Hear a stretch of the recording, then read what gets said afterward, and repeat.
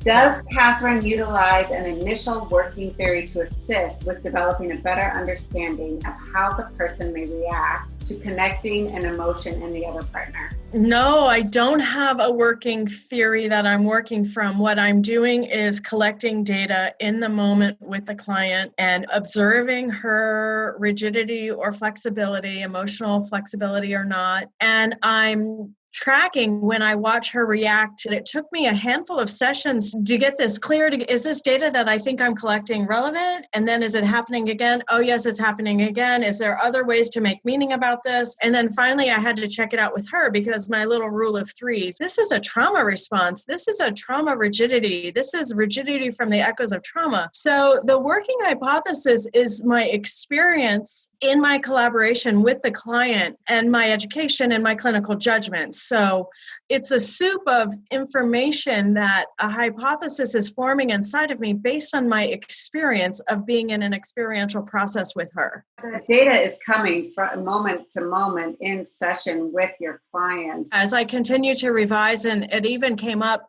recently with her where she said, I reread the transcript from that other session, and I still agree with you, Kathryn.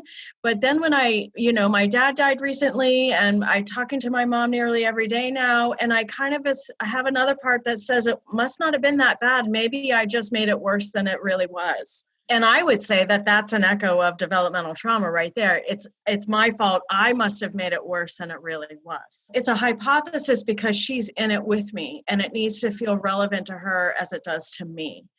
And we're in this collaboration based on the experience we share in EFT sessions. Mm-hmm.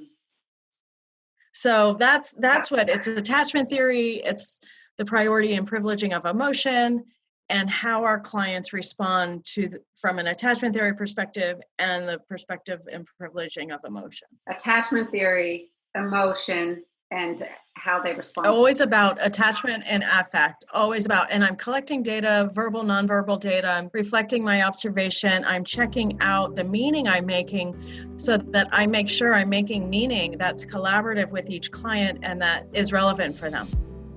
Okay, great. For more hot tips on emotionally focused therapy, go to theeftcafe.com and sign up for our newsletter where you will receive short little clips like the one you just watched.